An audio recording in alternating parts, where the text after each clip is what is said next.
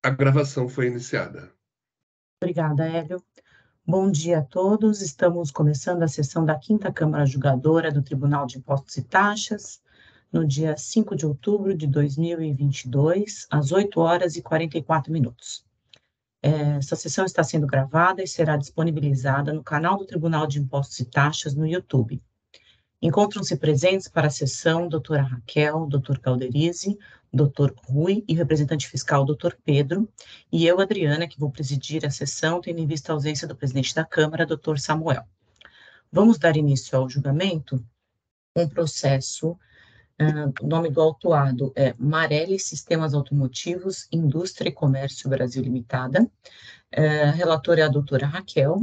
Recurso ordinário, eu passo a palavra, então, à doutora Raquel. Bom dia a todos novamente. Eu vou fazer aqui a leitura do relatório. Trata-se de um auto de infração com apenas uma acusação fiscal, que é de creditamento indevido, em razão das notas fiscais de aquisição de mercadorias emitidas entre janeiro de 2015 a janeiro de 2016, terem sido emitidas a um determinado contribuinte que foi declarado inexistente num processo próprio do procedimento administrativo de constatação de nulidade de inscrição, por meio de PCN, né? Diante da lavratura do auto de infração, a recorrente apresentou defesa, argumentando a sua boa-fé, bem como apresentou documentos no intuito de respaldar a efetiva ocorrência das operações. A DTJ julgou procedente o lançamento. A recorrente interpôs recurso ordinário e, em 6 de abril de 2021, a Colém da 2ª Câmara Julgadora converteu o julgamento em diligência, nos seguintes termos. O assunto, abro aspas, o assunto envolve a glosa de créditos decorrentes de documentos inidôneos. No meu sentir, a constatação da boa-fé da autuada deve estar suportada pela exibição de todos os documentos que permitam aferir a regularidade das transações com o seu fornecedor. Como foi relatado, a prova de pagamento apresentada não abrangiu a totalidade das operações, mas sim 76%. Também, como ressaltado pelo agente autuante, não haver demonstração de pagamento do frete para todas as notas fiscais. Nesse sentido, entendo oportuna a conversão em diligência do feito para que a autuada traga aos autos, 2 pontos. Demonstrativo de pagamento nota a nota, indicando, além dos recibos, os respectivos extratos bancários, de sorte a permitir-se constatar que a saída do numerário se deu efetivamente ao remetente dos documentos declarados inidôneos. Demonstrativo de transporte atrelado a cada nota fiscal, indicando o pagamento do valor do frete através do documento hábil que possua. Fixo o prazo de 30 dias, no retorno dos autos deverá ser ouvida a representação fiscal, fecho aspas. Em 7 de maio de 2021, as folhas 4.204 e seguintes, a recorrente se manifestou nos seguintes termos, abro aspas, trazendo conhecimentos de transporte em cumprimento parcial ao item 2 da diligência, os quais demonstrariam que a mercadoria adquirida da Dordim Brasil efetivamente entrou em seu estabelecimento, bem como consta os valores do respectivo responsável pelo pagamento do frete. Junto aos autos de escrituração contábil, telas do SAP, em cumprimento parcial, item 1, que conteria todas as informações relacionadas aos pagamentos, haja vista que estes são realizados automaticamente via sistema DDA, débito direto autorizado, demonstrando que a recorrente escriturou e realizou o pagamento das operações acobertadas pelas notas fiscais autuadas.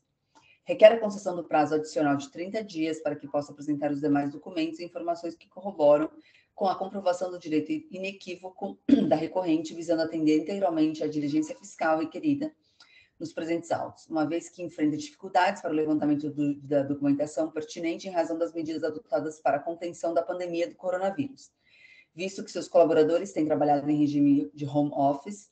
Além disso, a autuação reporta-se ao ano de 2015, o que também dificulta a obtenção de todas as informações requeridas para cumprimento da diligência fiscal determinada, associada ao fato de que alguns dos documentos solicitados, tais como extratos bancários, são emitidos tão somente pelas instituições financeiras e dependem de sua disponibilização à requerente, o que já foi solicitado, fecho aspas.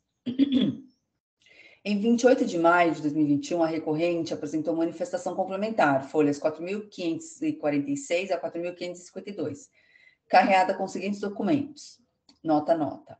Então, ela apresentou nota fiscal, seguida de comprovante de pagamento de cada nota fiscal emitido pelo Banco Santander, com respectivo código de autenticação comprovando que os valores de cada operação foram efetivamente pagos à Dordin Brasil Indústria e Comércio, escrituração contábil fiscal de cada nota fiscal do sistema da requerente, são as telas do SAP, conhecimento de transporte vinculado a cada nota fiscal, os quais demonstram que a mercadoria adquirida efetivamente entrou no seu estabelecimento, bem como consta os valores e o respectivo responsável pelo pagamento do frete.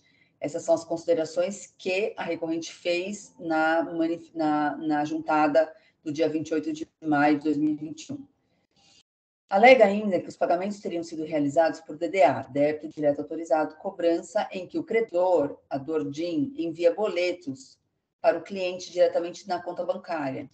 Ao acessar a conta, o devedor, a recorrente, que é a Amarelli, encontra os débitos em aberto com o nome do credor, valor da cobrança, prazo de pagamento e respectivo código de barras e possui a opção de autorizar o pagamento, com o envio do valor diretamente para a conta bancária do credor. Assim, não haveria como apresentar uma via física do boleto de cobrança para as notas fiscais autuadas. Essas são as alegações da recorrente. A representação fiscal apresentou contrarrazões e manifestação em relação ao retorno da diligência, pugnando pelo não provimento do recurso ordinário. Estes são, em síntese, os fatos, presidente.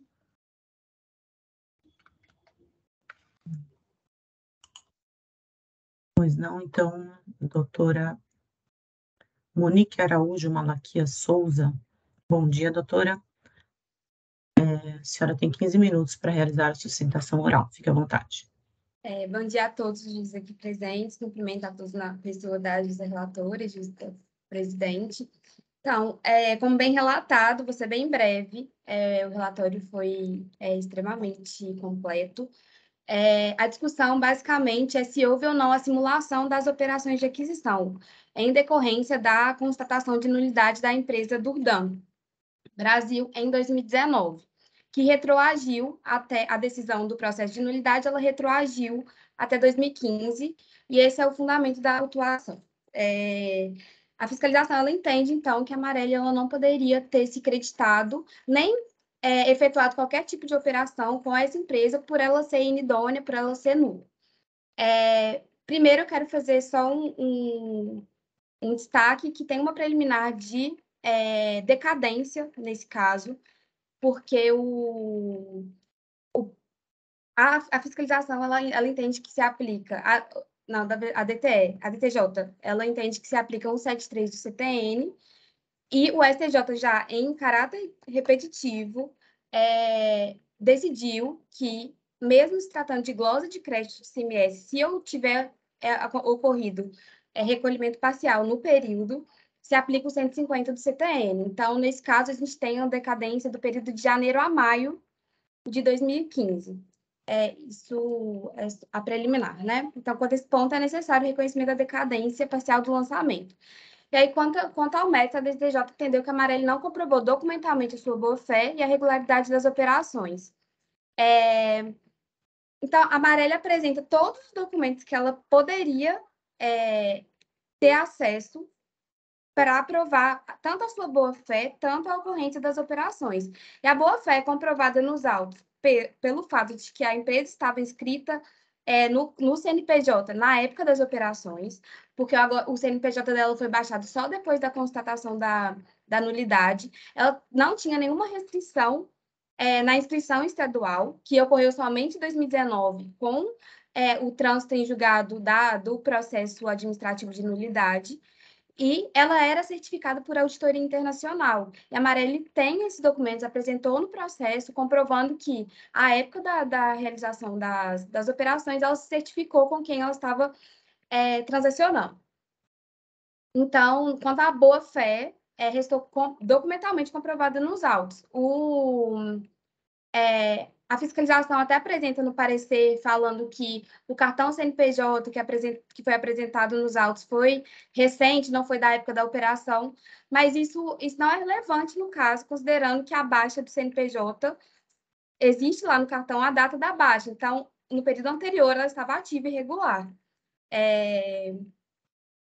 Esse é um ponto. E aí, sobre os documentos apresentados, todas as notas fiscais foram apresentadas, as 197 notas fiscais, todas estão revestidas de todas as formalidades necessárias para acreditamento do ICMS, o imposto está destacado, então isso é um ponto muito importante. Foi apresentado foto das peças adquiridas, ordem de compra, conhecimento de transporte, inclusive a Expresso Nepomuceno, que foi a transportadora contratada pela Marelli para o transporte das mercadorias, apresentou comprovante de quitação do frete, a gente apresentou nos autos também, o livro de registro de entrada, demonstrando que as mercadorias entraram no estabelecimento da Marelli, a escrituração contábil das notas fiscais, os comprovantes de pagamento da Marelli para a Dudan, e o livro de controle de estoque, mostrando que essas mercadorias foram incorporadas no estoque e depois utilizadas no processo produtivo da empresa. Então, assim, não tem outro documento possível que a Marelli possa produzir para mostrar que a operação de fato aconteceu, porque ela mostrou fiscalmente que estava regular, ela demonstrou fisicamente a entrada da mercadoria. Então, assim, não tem outra dimensão possível de demonstração.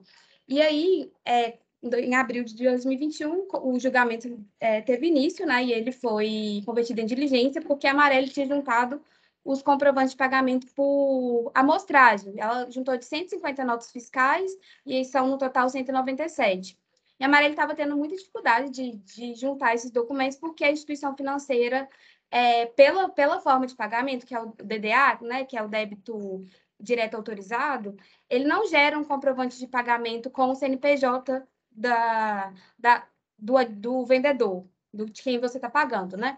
Então, a gente teve muita dificuldade de conseguir esse documento com o Santander, e aí, por isso, os pedidos de dilação de prazo, porque o prazo que o Santander dava, eles mesmos pediam dilação para a empresa, então a gente apresentou, assim que recebeu, apresentou no processo.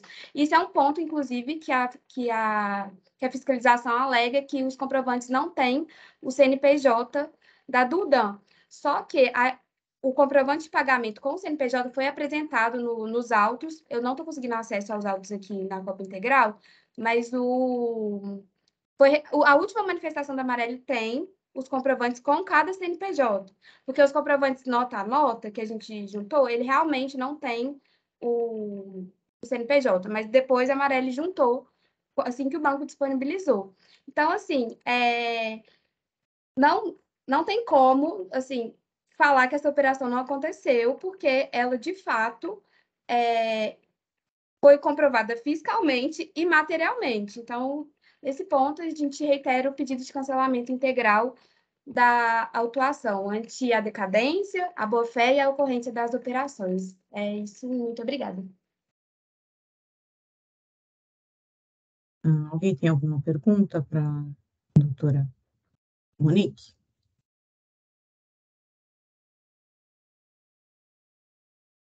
Então, doutora Raquel, pode fazer a leitura do voto, por favor?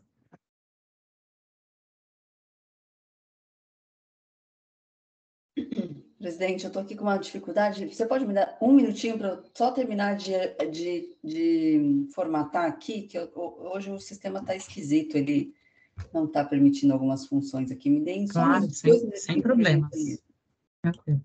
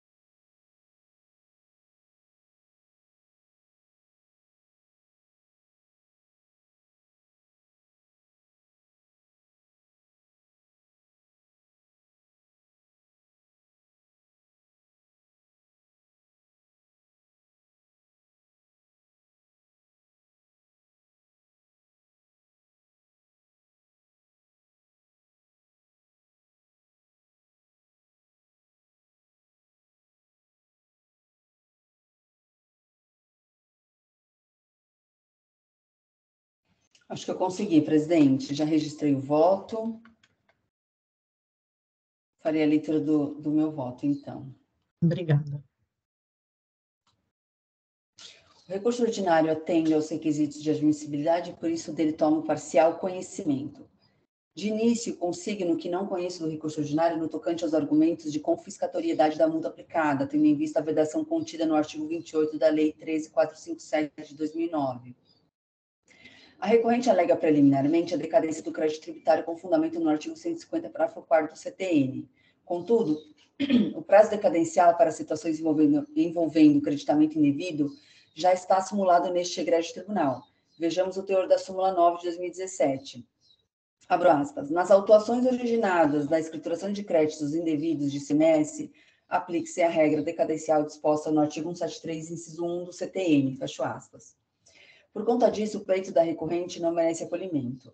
No mérito, a recorrente alega ser adquirente de boa-fé, o que legitimaria a apropriação dos créditos, bem como entende que os documentos apresentados são o bastante para atestar que as operações ocorreram e que os pagamentos foram efetivados à empresa declarada inidônea. O fisco, por sua vez, defende que os documentos fiscais que deram origem ao crédito objeto do auto de infração são inábeis e que o aproveitamento do crédito pela empresa destinatária, recorrente, é ilegítimo por não preencherem as condições previstas no artigo 59 do regulamento. Pois bem, o creditamento indevido do ICMS, decorrente de aquisições de mercadorias ou de prestação de serviços consubstanciados em documentos fiscais emitidos por empresas inidôneas, fraudulentas, simuladas, já foi reiteradas vezes decidido por este egrégio tribunal e em linha com o entendimento do Superior Tribunal de Justiça, proferido quando do julgamento do recurso especial 1148444 de Minas Gerais. E aí eu transcrevo a ementa desse precedente. O entendimento supratranscrito deu ensejo à súmula 509 do STJ, que assim dispõe: é lícito ao comerciante de boa-fé aproveitar os créditos de ICMS decorrentes de nota fiscal posteriormente declarada inidônea, quando demonstrada a veracidade da compra e venda. Trata-se de entendimento que acomodou a não cumulatividade do ICMS nas situações em que o contribuinte é adquirente de boa-fé, condição esta que requer comprovação. Logo, não obstante a redação do artigo 23 da Lei Complementar 87 de 96, do artigo 59, parágrafo 1º, item 3, e do artigo 61, parágrafo 1º, ambos do regulamento, os quais prescrevem que o creditamento poderá ser levado a efeito desde que o imposto anteriormente cobrado esteja destacado em documento hábil, mesmo em se tratando de documento emitido por empresa declarada inidônea, se restar comprovada a condição de adquirente de boa-fé, o crédito poderá ser mantido. Por isso, o STJ anuiu com o creditamento do ICMS relacionado com documentos fiscais inidôneos, levado a efeito por contribuinte adquirente de boa-fé, por entender que este não pode ser apenado por eventual irregularidade do remetente, mas desde que demonstrada a veracidade da compra e venda efetuada, que a declaração de inidoneidade seja posterior à celebração do negócio jurídico, que haja comprovação de que o adquirente de boa-fé verificou a regularidade fiscal do remetente e que exista prova de pagamento às empresas emitentes das notas declaradas inidôneas.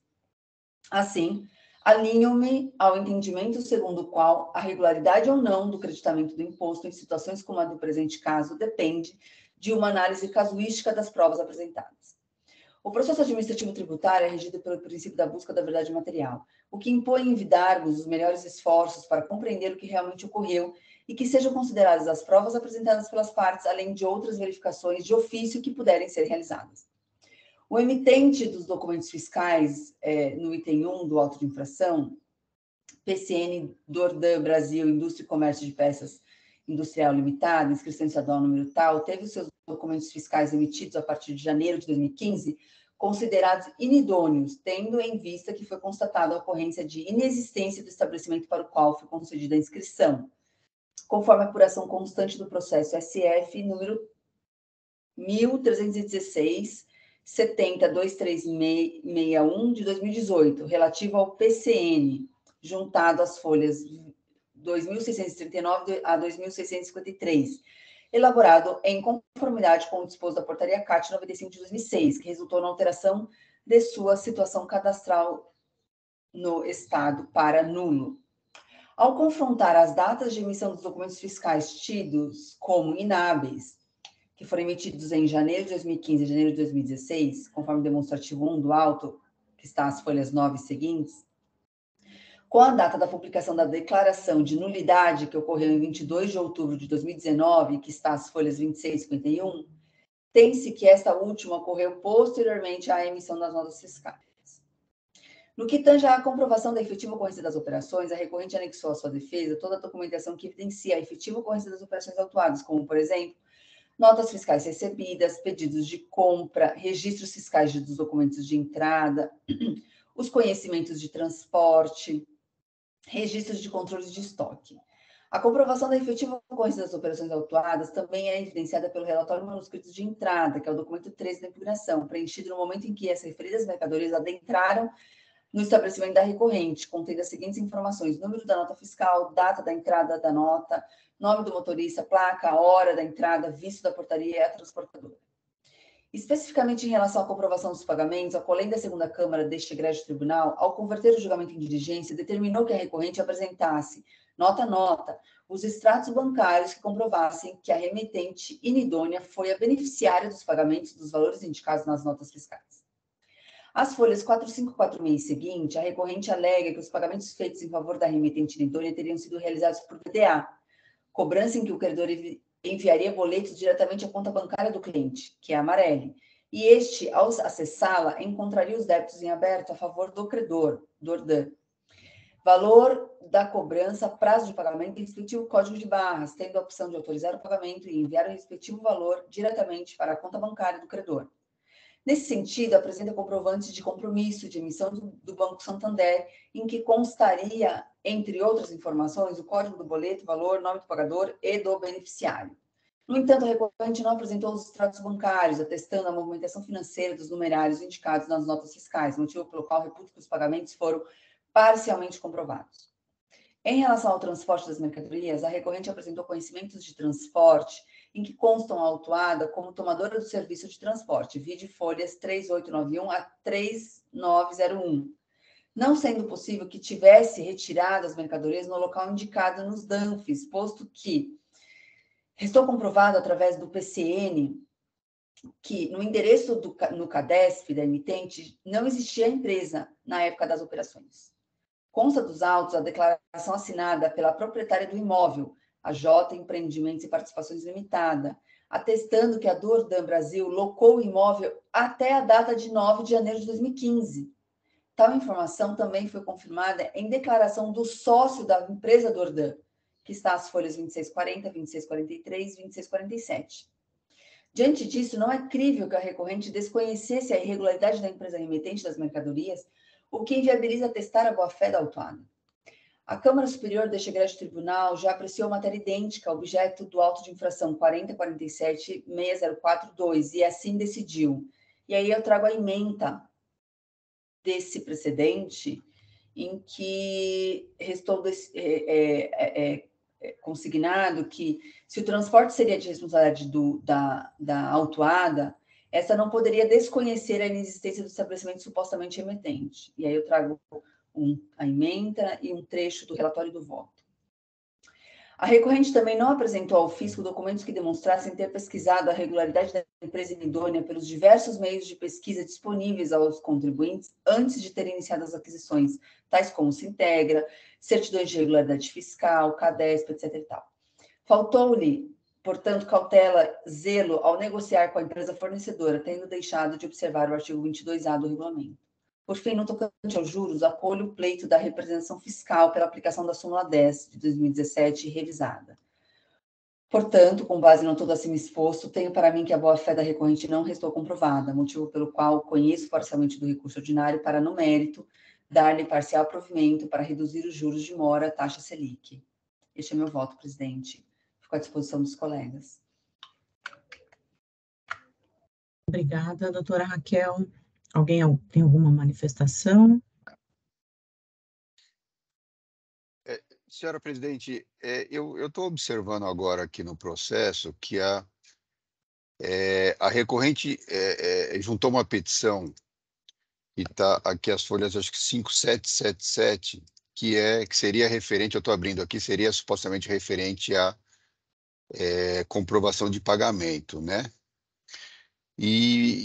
Assim, me parece que a doutora Raquel faz alguma menção específica a essa petição, porque se não fizer, eu acho que como o julgamento está ocorrendo depois, seria causa de nulidade. Então, o que eu sugeriria, como o fundamento do voto da doutora Raquel pela não comprovação da boa-fé seria tanto com relação ao aluguel, né, que ela sabia que a empresa não estava lá, como com relação ao frete por conta do destinatário, eu sugeriria apenas colocar um parágrafo dizendo, olha, com relação à petição de folhas tais, ela se refere somente à questão de pagamento, que já foi superada, porque outros fatores já me permitem concluir que não há a boa-fé da recorrente. Apenas fazer uma referência para que realmente a autuada depois não entre com uma nulidade dizendo que a petição dela não foi apreciada, né? Essa é a minha sugestão, senhora presidente. Doutora Raquel, tem alguma menção no seu voto a respeito dessa nova petição? Acho que seria válido, apesar da fundamentação estar toda envolvendo um conjunto, como foi apresentado depois, acho que seria válido mesmo acrescentar alguma coisa a respeito disso. Seu microfone está fechado, doutora Raquel. Doutor Pedro, essa petição que você se refere, ela foi protocolada em que data? Porque a última petição que eu vejo aqui é a petição da representação fiscal. Eu tenho aqui 29/10/2021. Tem mais uma, né? Isso, é 29/10/2021. Então, quer dizer, já tá há Entendi. bastante tempo nos autos, né? Peraí, 2021, mas deixa eu ver aqui se no meu relatório não é a petição que foi trazida como complementação da diligência, porque realmente houve o cumprimento da diligência, ela se deu em duas fases. E por isso a recorrente solicitou dilação de prazo. Uhum. Eu estou entendendo que então, 28 de maio de 21, 29 de outubro de 21. 29 de outubro, não, porque teve a petição no meu relatório, eu fiz menção expressa a petição de 7 de maio de 21, depois fiz menção a 28 de maio de 21, e não fiz especificamente em relação a essa, então vou fazer. Deixa eu só identificá-la Por aqui. favor. Só um minuto.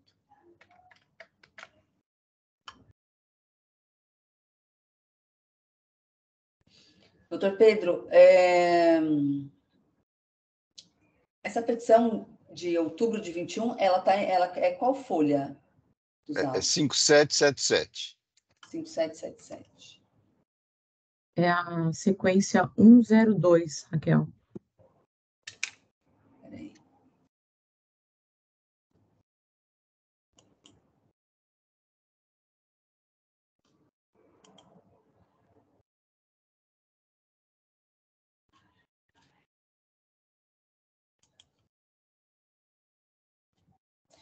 Eu estou vendo aqui que também teve uma outra, foram feitos vários protocolos, mas todos referentes à diligência, né?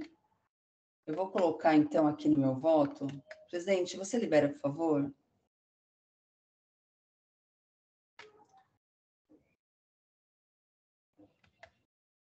Eu vou colocar, vou fazer uma menção nesses termos que o doutor Pedro sugeriu, com a qual eu concordo.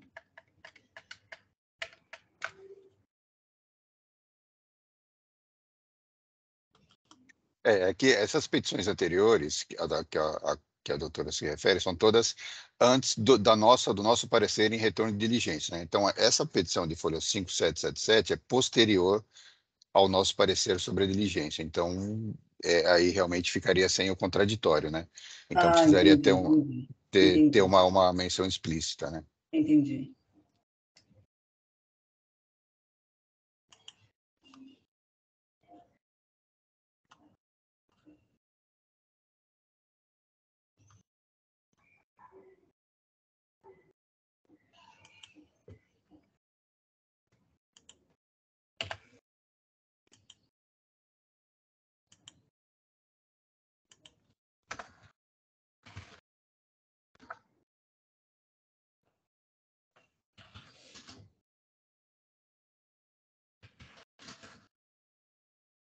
Qual é a data da petição, doutor Pedro? Você que está com ela aí aberta, por gentileza? 28 de outubro? Acho que é 29. Peraí, deixa eu pegar aqui.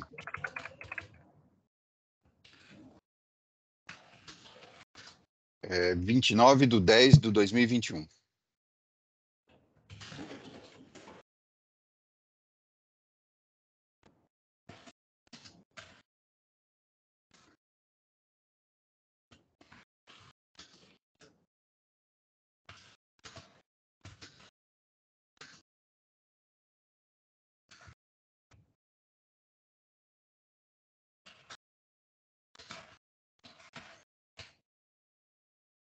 Então, no relatório, eu estou colocando mais um parágrafo dizendo que em 29/10/2021, as folhas 5777, a recorrente apresentou outros documentos relacionados à comprovação dos pagamentos.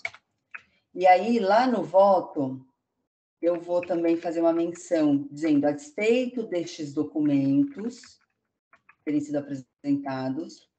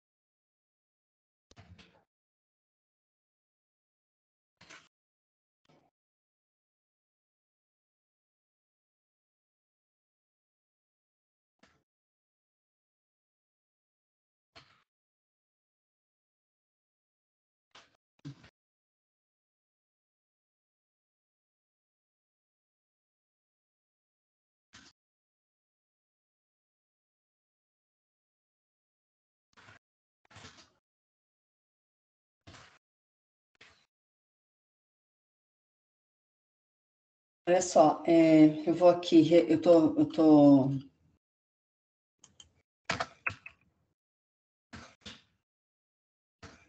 eu vou liberar para vocês. Eu coloquei, então, eu incluí um parágrafo no relatório, fazendo expressa menção a essa petição.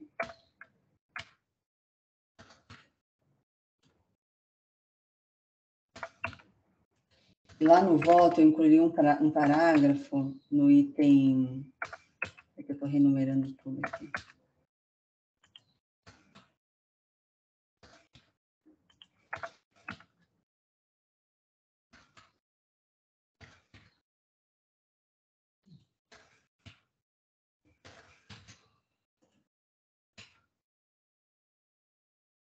Item 32. Em que pese o esforço da recorrente em demonstrar a comprovação dos pagamentos, conforme petição de folhas...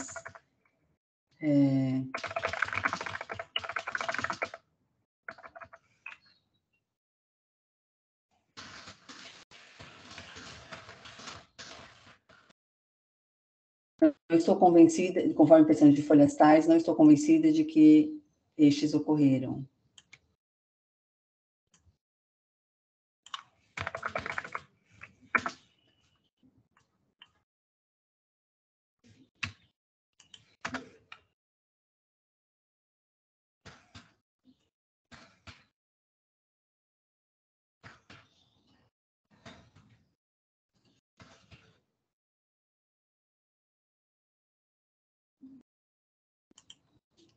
Doutor Pedro, dá uma olhadinha lá, parágrafo 32 no voto, e também os últimos parágrafos do relatório também. Eu fiz um pequeno ajuste. Veja se o senhor concorda, veja se os demais concordam também.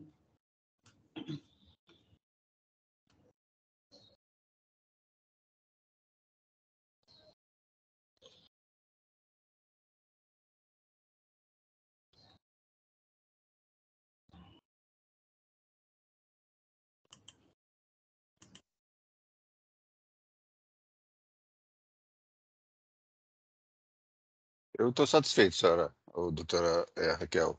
Obrigado, viu? Obrigada, doutora Raquel. Então, o processo está em discussão.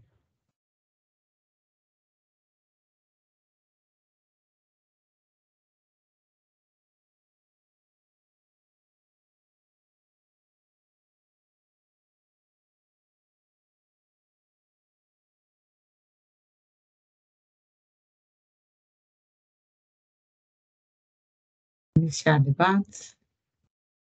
Iniciei.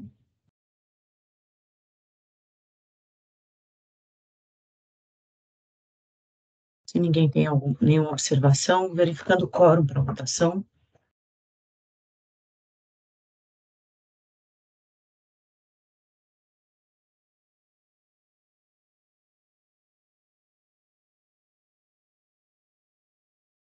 Iniciar votação.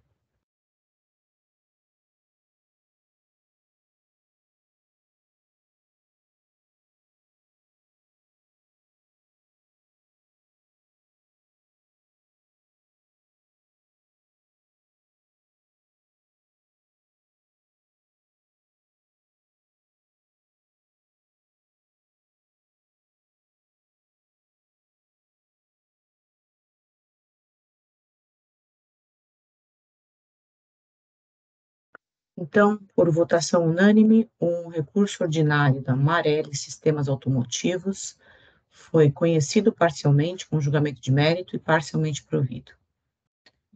Obrigada, doutora Raquel. Agora vamos iniciar o processo 41.33.104, Corbras, Comércio, Importação e Exportação. O relator é o doutor Galderizzi, a quem eu passo a palavra. Senhor presidente, o caso em tela consta apenas um núcleo infracional referente a acreditamento de imposto. Ele tange a entrada de mercadorias que são isentas, e, como bem sabemos, invenções na incidência são obstáculos ao acreditamento. Doutor Galderizzi, não sei se para todo mundo, mas para mim o microfone está um pouquinho ruim. Vocês estão ouvindo bem? Está ruim, um pouquinho ruim, Pedro? Tá ruim, dá a impressão que ele está abafado o som. Um momentinho, eu vou mudar aqui.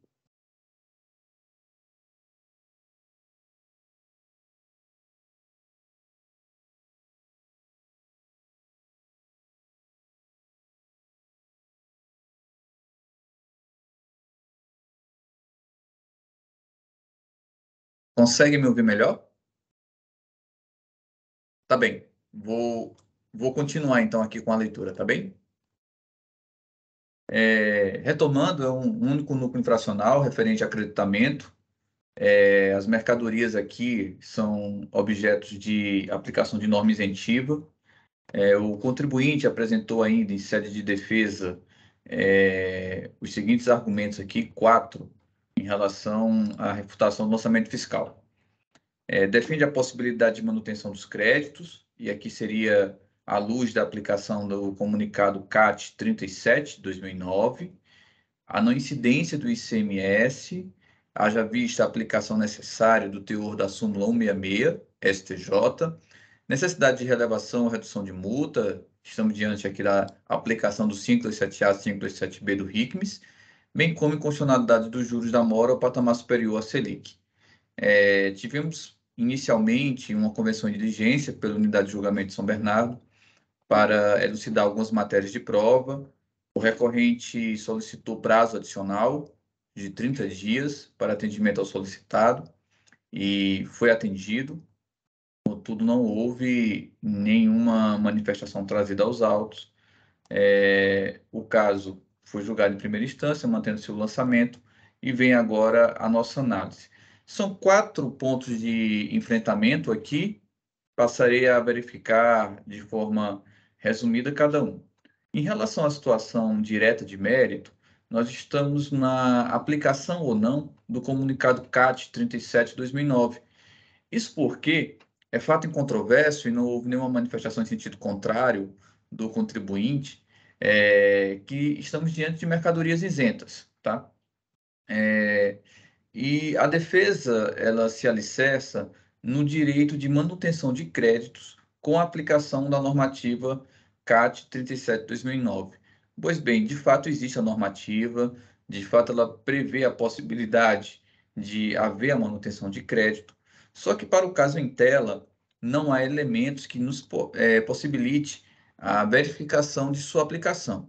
Eu elucido inicialmente que a própria conversão em diligência que foi determinada, e eu atendendo inclusive o prazo adicional de 30 dias solicitado aqui pela recorrente, poderia elucidar esse fato, só que não houve cumprimento por parte da recorrente nesse sentido. Elucido ainda, trazendo a base de fundamentação per relacione, manifestações já trazidas em folhas 909 do processo, em que, pela análise das provas anexadas pela fiscalização, constata-se que a autuada não adquiriu gado bovino ou suíno em pé, que é o objeto da normativa CAT, em tela, que a defendente não é estabelecimento classificado como frigorífico, industrial ou abatedor, que não há prova nos autos de que tenha realizado exportações das respectivas aquisições importadas por ela, e não há nos autos também a comprovação de que promoveu saídas interestaduais tributadas. Portanto, nenhum elemento há que nos possibilite a aplicação aqui do comunicado CAT 37/2009, que sim daria jus à manutenção do direito de crédito. Nesse sentido, em relação a essa argumentação de defesa, não verifico a possibilidade de acatamento. A segunda argumentação de defesa é a súmula 66 do STJ. Me parece que houve aqui uma tecnia ou um mau uso dessa fundamentação de refutação à auto-infração. Isso porque nós estamos diante de uma nomenclatura infracional de creditamento indevido. E se fosse aplicado a súmula 166, nós estaríamos diante de uma situação de falta de pagamento de imposto. Ou seja, o núcleo infracional em nada se relaciona com a temática de defesa trazida à baila. E, nesse sentido, também o contribuinte não conseguiu avançar de maneira a elucidar o porquê dessa aplicação, se resumindo ali a fazer um apontamento da necessidade da observância da súmula. Aqui eu não ingresso na questão da análise de aplicação ou não aplicação da súmula, mas adianto que não é subsunção ao fato jurídico, portanto, nem avanço a esse consequente jurídico normativo. Avançando ainda para as razões de defesa, já na terceira, solicita a aplicação do 527A e 527B. Interessante notar que nós estamos diante de uma situação de creditamento indevido, né, em que pese poder ter a ver ali apontamento no DDF sobre falta de pagamento de imposto. Contudo, nós temos elementos objetivos e subjetivos para a aplicação dessa normativa, e a gente debate isso muito aqui no tribunal. Em todos os votos, eu considero como elemento objetivo, né, de aplicação de requisito a situação de falta de pagamento de imposto, bem como não apontamento de conduta dolosa ou fraudulenta, né?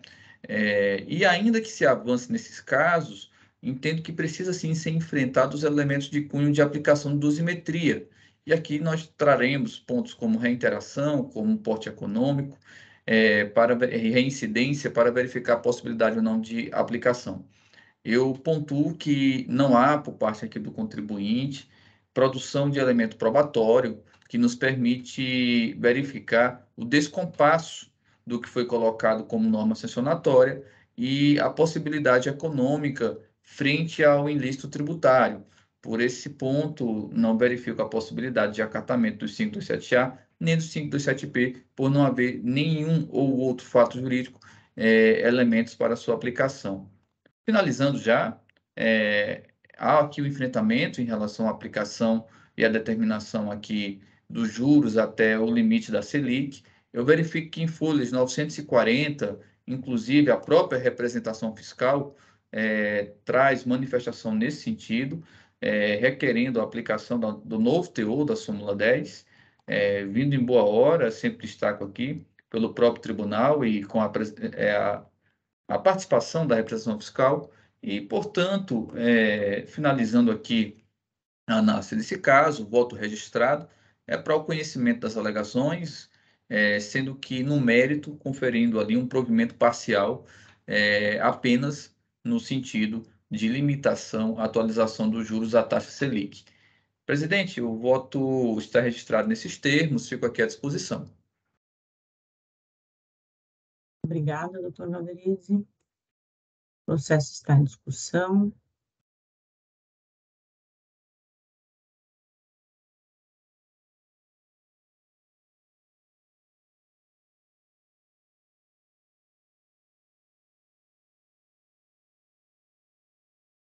Não tendo nenhuma manifestação, vamos verificar quórum para a votação.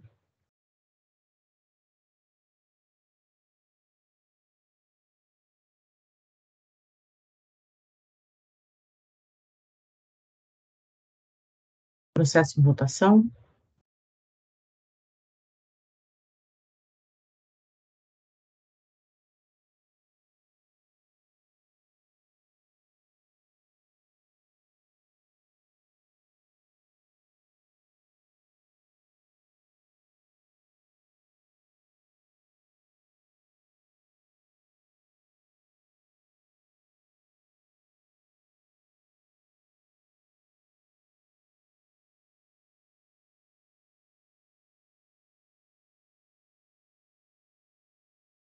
Por votação unânime, o recurso ordinário do contribuinte Corbras, Comércio, Importação e Exportação, foi no sentido de conhecimento integral, com julgamento de mérito, parcialmente provido. Com isso, encerramos a sessão de hoje.